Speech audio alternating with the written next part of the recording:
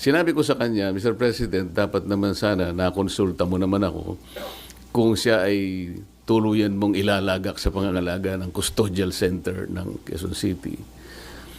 Bakit ko naman gagawin? Sabi niya, ako naman ang Senate President. Napalitan ka na eh. Bakit pa kita kukonsultahin? Hindi po eh. Nung kinumit niya sa Quezon City Custodial Center, na-monitor ko sa bilyonaryo at sa ibang mga pahayagan, Inquirer, mga 2:15, 1:30 to 2:15 p.m. ang nakalagay sa mga dyaryo. For the record, nung ako po ay napalitan is about 5:24 in the afternoon. So ako pa rin ang chairman. Abogado ka nga, di ka naman magaling mag-imbestiga, di ba? Chuckles, nakalagay. So useless.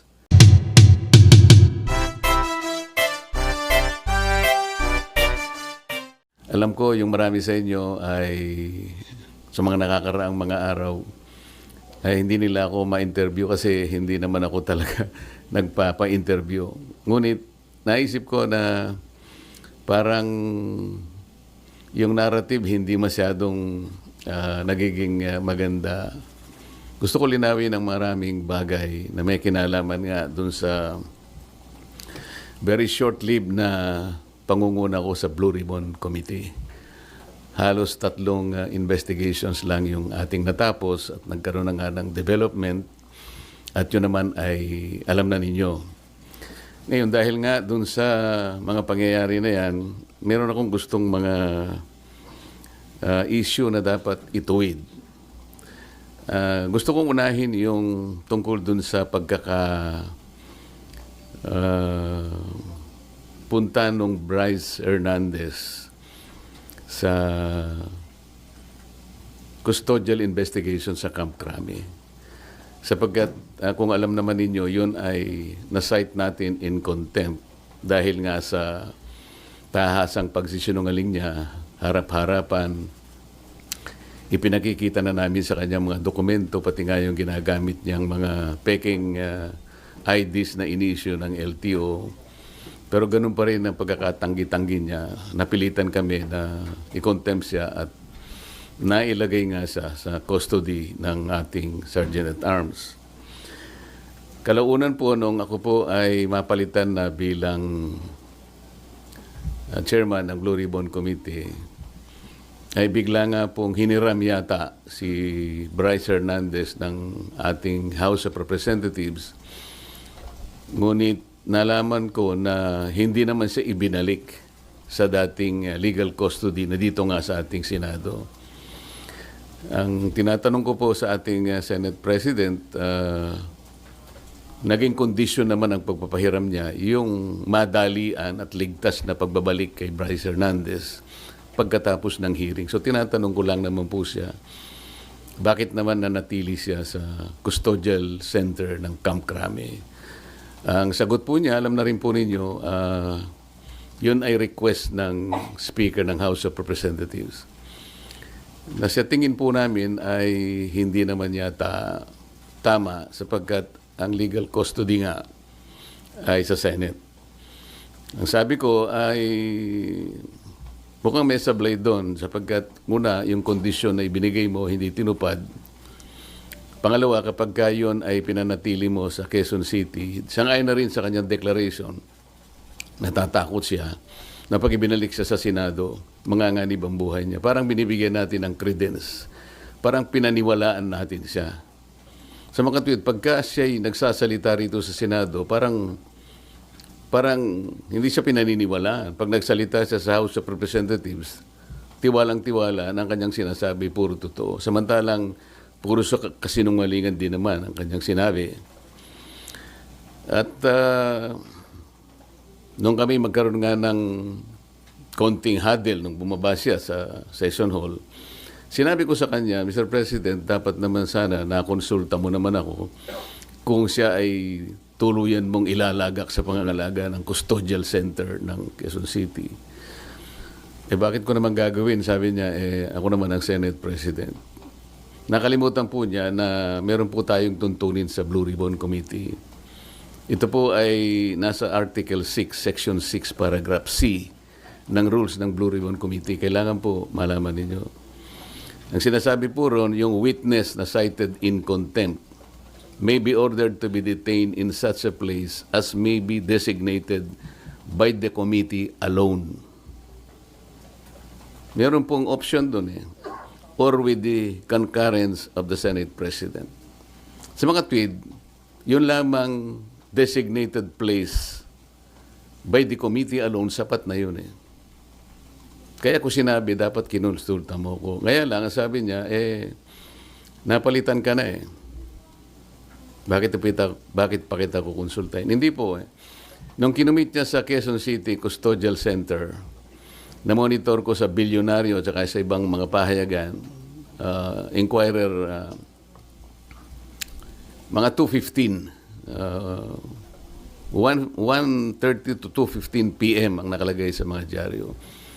For the record, nung ako po ay napalitan is about 5:24 in the afternoon. So ako pa rin ang chairman. So gusto ko lang linawin yun. Ang pangalawa po rito ay yung aking sulat sa DOJ na bilang nananatiling chairman noon ng ating Blue Ribbon Committee, nirekomenda ko po na siya ay makapag-apply sa Witness Protection Program. Sangayon po sa Republic Act 6981. Kasi po sinasabi rin po sa Section 4 na sinasabi na sa kaso ng legislative investigation in aid of legislation, yung witness po, upon his express consent, ay pwede siyang ma-admit into the program upon the recommendation of the Legislative Committee where his testimony is needed. So yun po yung aking ginawa. Ibig sabihin, lahat po ng aking ginawa na aksyon ay naaayon naman sa batas na umiiral. Provided that the recommendation is approved by the Senate President. Hindi nga po niya inapprove, kaya po yun ang tinanong ko sa kanya noong September 9 na po yata yun na nagkaroon kami ng session. O September 10 na po yata yun. Ang sabi niya, kaya hindi niya inapprove, nabasa niya yung sinabi ng SOJ na kinakailangan ng mga diskaya ibalik nila yung kanilang nakuhang hindi kanila. Yun ang magiging policy ng DOJ para sa ganon ay ma-approve yung kanyang aplikasyon under the WPP. Nagtaka nga po ako kung bakit ganon ang sinabi ng ating SOJ sapagkat linggo, isang araw bago pasimulan natin yung pangatlong investigation, nagkausap po kami. Pati yung kanyang deputy undersecretary, ang pangalan ay Jojo Cadiz. Nakausap ko yun ng mga ilang araw, siguro Biyernes hanggang Sabado. Sinasabi ko sa kanya yung maaaring merong lumabas sa mga contractors na kasangkot dito sa aming pag-iimbestiga sapagkat nagpapadala sila ng feelers na maaaring may magsabi and they will come into the open. So I was looking at the possibility of granting them provisional immunity. Ang sabi naman nung Yusek Cadiz, mabuti po kanya i-refer ko rin sa ating SOJ. Sabi ko, tama-tama yan. Hanggang sa araw nga ng linggo, nagkausap kami personal. At tahasan niyang sinabi sa akin, pwede yan, sabi niya sa akin. Alam niyo naman, si Secretary Boying Rimulya, matalikong kaibigan yan, matagal kami nagsama sa House of Representatives. So pinanghawakan ko yung kanyang sinabi sa akin. Alam mo naman kanya, ang Senado ay kabatakan natin yan, lalong-lalo na sinusulong natin yung Whistleblowers Act. Sige, kanya, panindigan natin yan. So matibay po yung aking paniwala, malakas ang aking loob, kaya sumulat nga ako at inirekomenda ko nga na siya mapa sa ilalim itong mag-asawang diskaya sa Witness Protection Program. So ako'y nalulungkot kung bakit ginawa yon. Nagpahayag ng gano'n ang ating Secretary of the Department of Justice. At yun naman ang ginawang basihan ng ating Senate President na hindi nga niya pwedeng pirmahan yung aking sulat. Alam po ninyo, sa tamang pagkakataon, I'm going to confront the Secretary of Justice kung bakit niya sinabi yun. Sapagkat malinaw naman po sa batas. Kung titingnan po ninyo yung Section 3, isama na po ninyo yung Section 10 ng Republic Act 6981. Maliwanag po doon kung ano-ano ang mga requirements na kakailanganin para mapasa ilalim ng Witness Protection Program ang isang witness na nag-apply.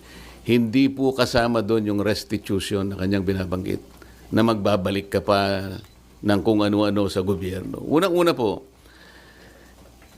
nasa pag-iimbestiga pa lang po tayo eh. Kanino kukunin at paano i-determine yung halaga na ibabalik ng mga diskaya kung sakasakali? Wala po sa tuntunin ng batas. Ang ilan po sa mga requirements kung bakit ka magko-qualify sa witness protection. Iyon pong offense na kung saan kakailanganin ng testimony is a grave felony.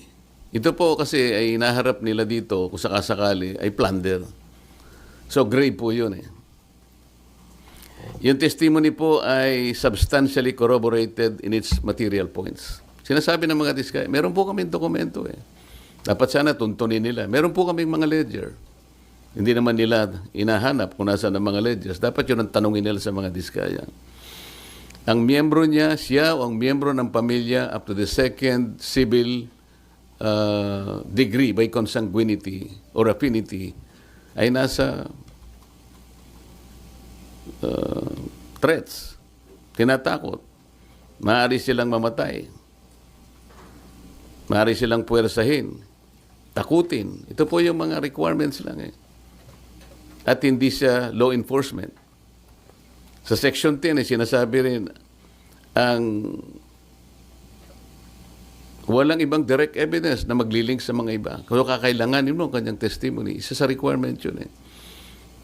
Na sila ay they are not the most guilty. At hindi pa sila na-convict ng krimen involving moral turpitude. So makikita po ninyo rito, yung restitution na sinasabi ng Secretary of Justice, na yun naman ang pinagbasihan ng Senate President, hindi po kasama sa requirements para lang ikaw ay makapag-apply under the Witness Protection Program. Bakit po bumaligtad ang Secretary of Justice? Ngayon po, sinasabi ni Senate President, nagmamadali daw po ako na mabigyan sila ng Witness Protection Program. Yun po yung sinasabi ng batas eh. Pag hiningi nila with their consent, sapagkat nanganganib ang buhay niya, hindi ka magmamadali. Ilalagay ko po ba sa kamay ko ang kaligtasan ng mag-asawa na yun? Sila po ay nagkusa, gumawa ng salaysay. At kung malalagay ang kanilang buhay sa alanganin, sa peligro, sa kamatayan, hindi ko hihintayin na dumating yun. Gagawin ko yung katungkulan ko sa ilalim ng batas. Kung sinasabi nila nagmamadali ako, maaaring nagmamadali ako sapagkat yun ang kailangan para sila'y mailigtas. Okay? Sir, kaya nyo ba siya ini-apply sa Witness Protection Program? Sa tingin nyo ba, nagsasabi ng totoo yung mag-asawang Diskaya? Kasi may mga observation na parang selective ang kanya lang pinangalanan yung samantalang year 2016 pa, as early as 2016, nag-DDPWH projects na sila. Pero parang wala siyang pinangalanan doon sa... Yung tanong mo kung pinaniwalaan ko, sinabi. Kaya that's beside the point eh. It's not for me to render judgment doon sa kanyang sworn statement. Yun ang kanyang sworn statement. At sinabi niya roon na nanganganib po yung buhay ko namin dahil sa lumabas po kami na ganito. At bukod doon, bago siya gumawa ng isang sworn statement, minabuti ko para masiguro ko na talagang voluntaryo ang kanyang gagawin. Sabi ko sa emissary niya, pasulatin mo siya sa akin kahit na handwritten note na talagang voluntary niyang gagawin at kung bakit niya gagawin yon. Nasatisfy ako doon sa kanyang sulat. Kaya sabi ko, sige, sabihin niyo sa kanila, gumawa sila ng sworn statement. Hindi para sa akin na i-judge yung sworn statement. Ito will form part of the proceedings. Na pagdating ng araw, ito ay gagamitin po ng korte. Mahaba pong proseso ito eh. The Senate President already rendered judgment doon sa sworn statement. Dapat hindi po ganun eh. Wala po kaming karapatan husgahan ang sworn statement ng isang taong gustong magpahayag ng kanilang saloobin. May kinalaman sa pag-iimbestiga nito. Pero sir, yung decision nyo na gawin siyang state witness. Hiningi po niya yun. At nasa batas po na kinakailangang ibigay sapagkat nanganganib nga yung buhay niya sang-ayon sa kanilang pahay. Nakikita ko rin po, sa tahanan nila, pinagbababato sila. Ano po ang gagawin ng isang chairman ng Blue Ribbon Committee? Sir, nakonsulta daw po ba yung mga miyembro ng Blue Ribbon o yun ay sariling decision nyo, sir? Paano kung kukonsultahin? Hindi ko nga alam kung maglalabas sila ng sworn statement. Nung ibigay nila sa akin yon, gabi ng linggo, nung makuha ko yung in a sealed envelope, wala na akong pagkakataon na bigyan ko ng kopya ang aking mga kasama. So dahil magsisimula ng alas 9, doon ko inihayag yung sworn statement. Hi, sir. Sir Mean po from TV5. Sir, I Yes, need to ma'am. ask this. Kasi yung sinasabi, kaya daw po ang bilis ninyong inirekomenda maging state witness, nagkaayusan na. Would you want Sino to po comment? nagsabi nun? Sir, yun yung mga nag-circulating among netizens, sir, nung time na lumabas yung letter na... Sana po merong nagsabi talaga kasi mahirap mag-speculate ng ganun. Nagmadali po ako. Ako po, sinasabi ko sa inyo ang katwiran ng dapat magmadali. Yun po yung yun po yung sinasabi ng batas. Binasi ko po sa batas lahat ang aking ginawa. At hiningi po nila at sa aking palagay po ay nanganganib nga sila sapagkat marami silang binanggit na mga pangalan at nakikita ko rin naman kung anong ginagawa ng mga tao sa kanilang sariling tahanan. Hindi po ako pwedeng magbakasakali. Ayokong ilagay sa kamay ko yung kaligtasan nila. Kung hindi ko po ginawa, ako po ang nasisi. Baka iba po ang tanong nyo sa akin ngayong umagang ito. Sir, since malinaw at matibay po pala yung sandigan kung bakit nyo ginawa ito, would you seek audience with Senator Ping as the new Blue Ribbon Chair para po makiusap or paliwanag sa kanya ba't kailangan maging state witness yung Discayas? Alam ko po, alam niya ang tuntunin ng ating mga batas. Iyon po ay sinasaalang-alang ng batas. Hindi po ako naniniwala na hindi nila alam. Babasahin lang po nila yung Republic Act 6981. Nandun po yung mga provision. Sino-sino ang pwedeng mag-apply. Ang requirements po, sila po ba ay covered ng mga requirements? Sila po ba ay pasok do sa mga requirements? Alam po nila kung papasok o hindi. Hindi ko na kailangang makipag-usap. Kung kinakailangan, bakit hindi? Ngunit, baka mamaya sinasabi nila, may pinagtatanggol na naman ako. Ang dapat po niyong mapansin ay ganito. Bakit po nila ginadjudge yung sworn statement? Wala pong sino sa amin ang pwedeng mag-judge. Not even the Senate President. Ako nga pwede akong magsabi na baka siya yung may pagkukulang ba't niya ginadjudge. Sapagkat alam ko yung mga diskaya, kalaban ng pamangkin niya sa politika. Meron akong babanggitin sa inyo na mga ibang pangungusap na ginawa niya na kailangan po nating linawin din. Kaya ito ang dahilan kung bakit ko kayo pinatawag sa isang press con. Ito po mula sa ANC Head Start. Interview ni Ms. Karen Davila about the Blue Ribbon Chairman being a lawyer. Sabi po ni Senate President Soto, there is no such thing as a rule, dapat abogado yun. Unang-una po wala akong in-insinuate na dapat ang chairman ay abogado. Ito lang ang in-insinuate noong isang babaeng hanggang ngayon hindi makamove on kung bakit ako nanalong senador. Alam na po ninyo yun. Pinipilit po ba nila sinabi ko ito? Hindi ko po sinabi ito. Pero sila nga po ang may pasaring rito eh. Abogado ka nga, hindi ka naman magaling mag-imbestiga, di ba? Saan po nila nakuha yun? Sino po ba yung magaling? Bakit tayo magkukumpara? Ito pa po sinabi niya, September 10, 2025, sa totoo lang, 1PH, Job Francisco, Chicky Vergel, Cheryl Cosim, SP Soto. may suspecha na kami na inedit yung affidavit ng Diskaya. How can the Senate President say this? What is his basis for doing this? This is a serious charge. Sino po ang nag-edit? Ako po ba pinatutungkulan niya? Sir, isa na lang from my end. Sir, yung doon lang sa Camp Crame, sabi nyo sablay na binalik doon si Bryce, pero ngayon nasa Pasay City Jail, you're okay with that, sir? Alam mo ako, hindi ako pala away. Ang gusto ko lang kasi, the processes of the Senate and the integrity of the inquiry will not be compromised. Ang legal custody nasa Senate. Ang kondisyon na binigay ng Senate President, ibalik sa Senado. How come nag-relent siya sa request ng Speaker of the House of Representatives? Inconsequential yung request. The House of Representatives has nothing to do with the custodial authority of the Senate. Makukompromise tayo. Ngayon, nung sinabi nila na okay na ba sa'yo, nailagay na lang natin sa Pasay City. Para sa akin, okay na rin. The Senate is under the jurisdiction of Pasay City. Para lang ma-preserve natin, a semblance of authority of the Senate cannot be compromised in any manner. Yun lang ang point eh. Ang dami po nilang sinasabi rito eh. Very debuts, September 14, 2025, via Twitter. Wala pang hearing ang Blue Ribbon. Ano ba nangyari? Malalaman natin sa Blue Ribbon kay Senator Lacson, meron siyang investigasyong ginagawa tungkol dyan. Ibig ba sabihin, will they investigate the Diskayas kung ba't sila gumawa ng sworn statement? Yun ba yung gagawin? Ito yung sworn statement ng tao. You have no right to question that sa Blue Ribbon Committee. Kung ano yung pinahayag niya, it is for the court to appreciate that.